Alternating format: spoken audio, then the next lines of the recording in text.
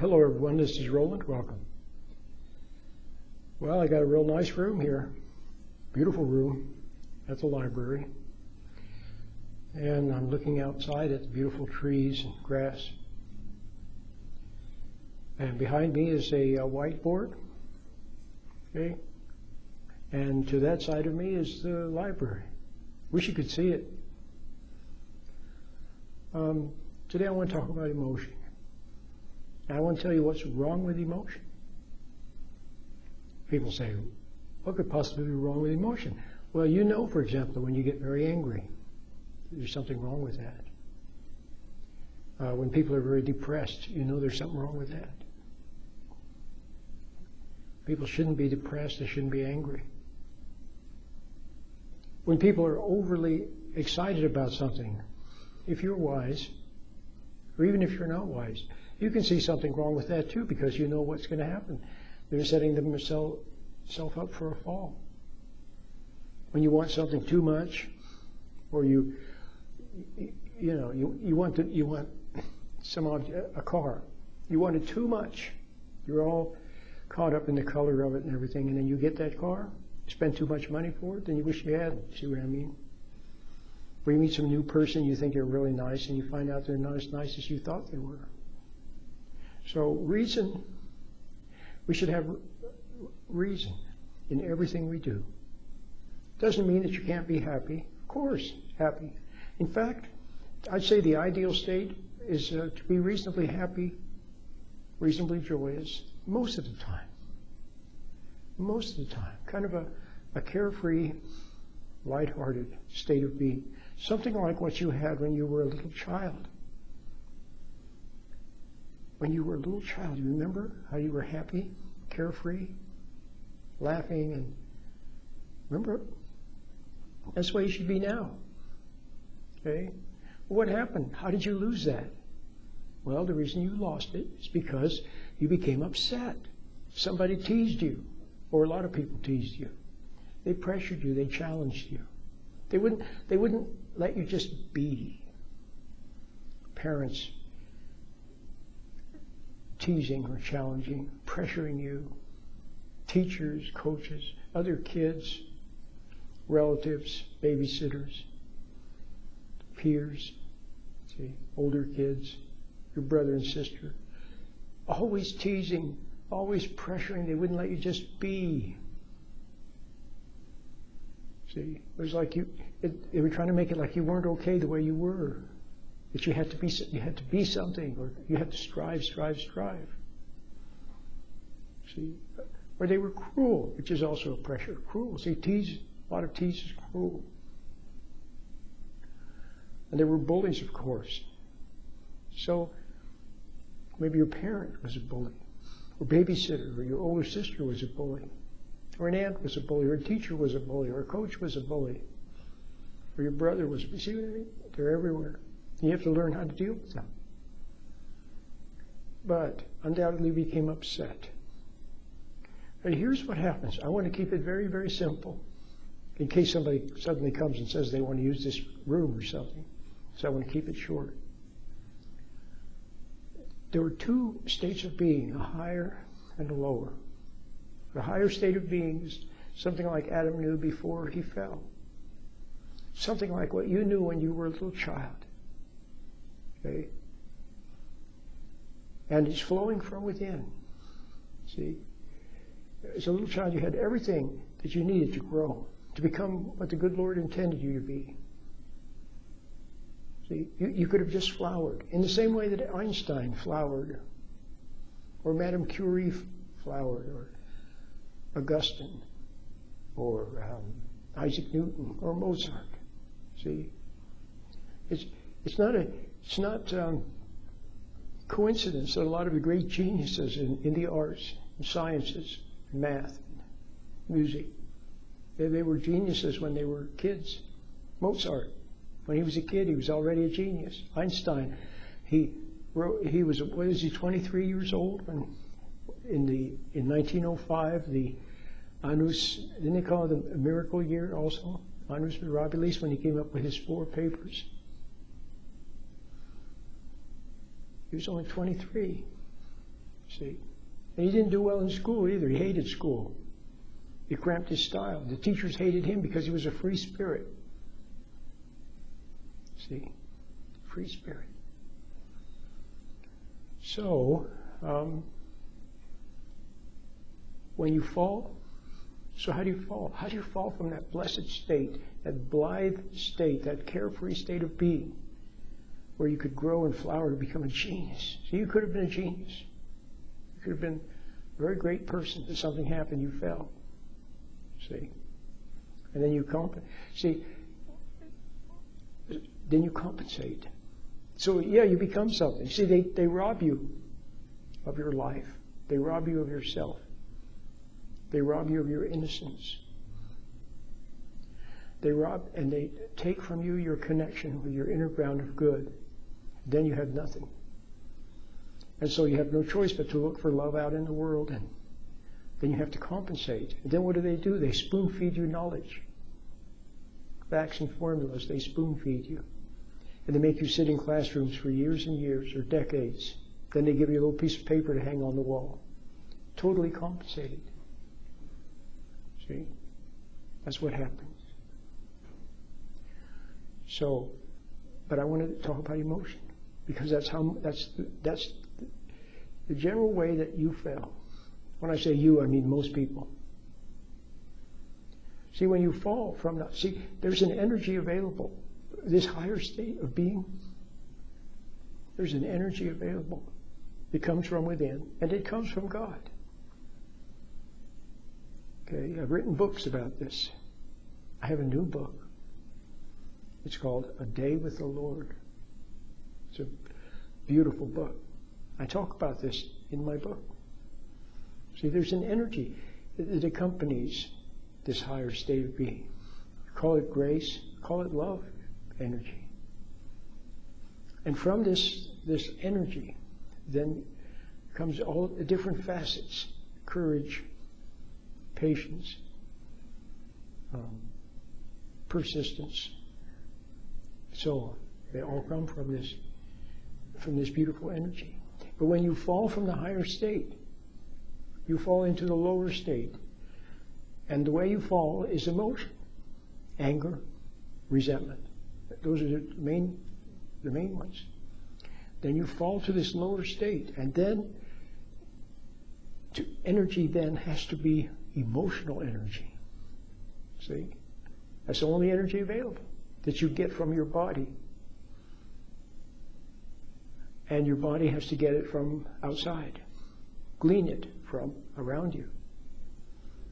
And so you become more like a mushroom, absorbing from the outside, rather than a beautiful plant that gets its energy directly from the sun. See the beautiful rose, the beautiful trees. Plants get their energy from the sun.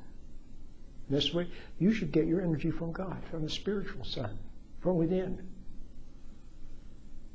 This higher energy. But when you fall to emotion, you fall to this lower order, the animal order, the sensuous order, the earthy order. See?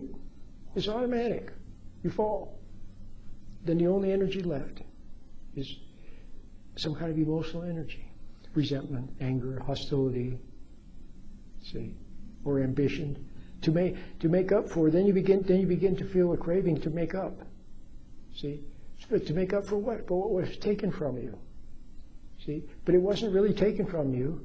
You lost it because you fell in those moments of temptation. But you didn't know this when you were a little kid. You were only a little kid. You should have been protected from excessive tease and pressure. You could flower like Mozart, like Einstein. See? You could flower. But instead, the people who should have protected you, like your parents, for example, they ended up pressuring you. See, they too had fallen. And they did to you what was done to them. When they were little kids, people pressured them. They were cruel to them. See? Cruelty takes a lot of forms. Cruelty is not just meanness, not just hitting people or lying to them or lying about them. Be very subtle. False comfort can be cruel. Condescending, false comfort. Comforting. See, the tempter will very often do something cruel and upset you, or confusing, see, and upset you. And then when you're upset, then they comfort you, see, out of guilt. Or perhaps they're so wicked they know what they're doing. They're reinforcing and reassuring and comforting the fallen thing that they had created, see. So now, can you see now what's wrong with, technically wrong with emotion? Shouldn't need emotion. I don't need emotion to make this video. I don't need emotion to say what I have to say. If emotion rises, it's undoubtedly because in the past I had failed in the moment, and now, see, there's a recapitulation of that past moment. So I have to then observe the emotion, let it pass, and then speak anyway. Speak from the heart, and it with the otherworldly energy. It's otherworldly energy. So I think this is a very good little video. I think I've made my point.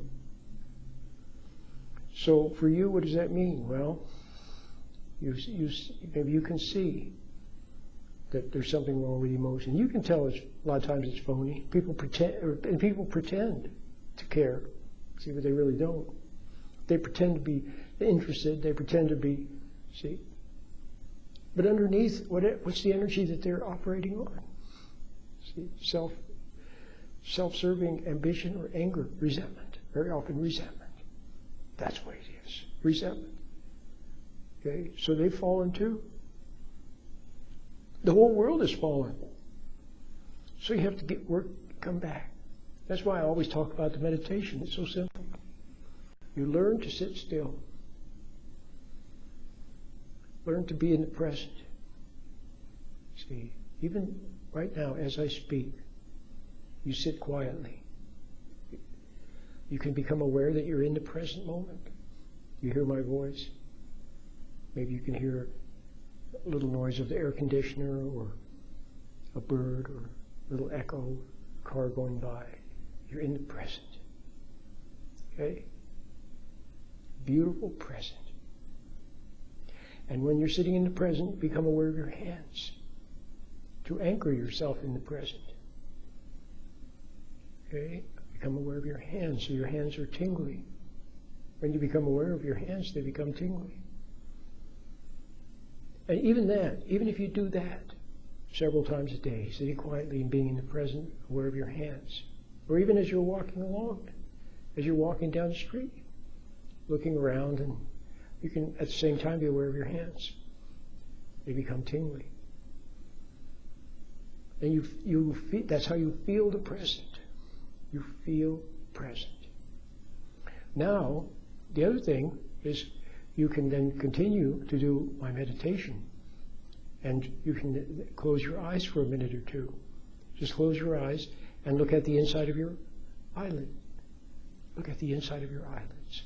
When you close your eyes, which is what I'm doing now, I'm looking at the inside of my eyelids, and I see little patterns of light, or little particles of light, little pixels of light, okay? Or a delicate glow, or a warm glow, something like that. You just see those on the inside of your eyelids. That's all you have to do is just sit there and look at the inside of your eyelids and see those little particles of light, little pixels of light, and at the same time be aware of your hands. See? And what does that do? It anchors you in the present. See? And that's where God is. God's presence is in the present. And by looking at the inside of your eyelids, seeing those little pixels of light, you're not lost in the imagination and thinking. That's where most people are lost, between their own two ears. They're lost between their own two ears. See, when we fall, when you become angry, when you become upset, when you become resentful, when you become jealous, when you become envious, when you become whatever you become, bitter, whatever emotion, most of them are negative. Then you, or even too excited, but especially when you, let's say, get angry, then you get lost in thoughts. Thoughts rise. See, that's the ego life of emotion. See, that's the emotional life. A life of living in fantasy, planning and scheming, reliving the past, worrying about the future. And it's a life of upset and ambition and anger and compensating with daydreams. Compensate, see? So you just have to see that. Practice a little meditation. Start practicing it first thing in the morning, midday, and evening. And at other times you can just sit quietly. It's good for me to be sitting here in this very quiet room at the library, sensing the present and aware of my hands. See? And then I express this good from within. The good from within, see, comes out through me. See? So it's very beautiful. It's very beautiful, the present. That's where I'm at. That's where you need to be, in the present. Not lost in the Alice in Wonderland fantasies and daydreams and nightmares. Come out of the daydreams, awake to be in the beautiful present, in God's beautiful present. It says in the Bible, this is the day which the Lord hath made. I will rejoice and be glad in it. See? See, how else can you be when you're sitting in the beautiful present? And you really are in the present. And you're not lost in your worries, doubts, and fears, and plans and schemes. You see the beauty of the blue sky and the trees and the plants and the hummingbirds. There's something very special and beautiful about the present. And then practice looking at the inside of your eyelids, seeing little pixels of light on the inside of your eyelids. Okay? You can do it anywhere. I'm doing it at the library, in this room. I can do it anywhere. Okay? Just be aware of the present. And if there's a lot of noise around you, you're sitting on a bus, big city, lots of noise, people are talking, cars are going by. That's okay. Nothing wrong with that. You sit quietly, and it goes past you. See? But you are still. And you sit quietly in the present. And those noises, actually, they help to anchor you in the present. Help to keep you in the present instead of lost in daydreams. See? So, try the meditation, would you please? My name is Roland.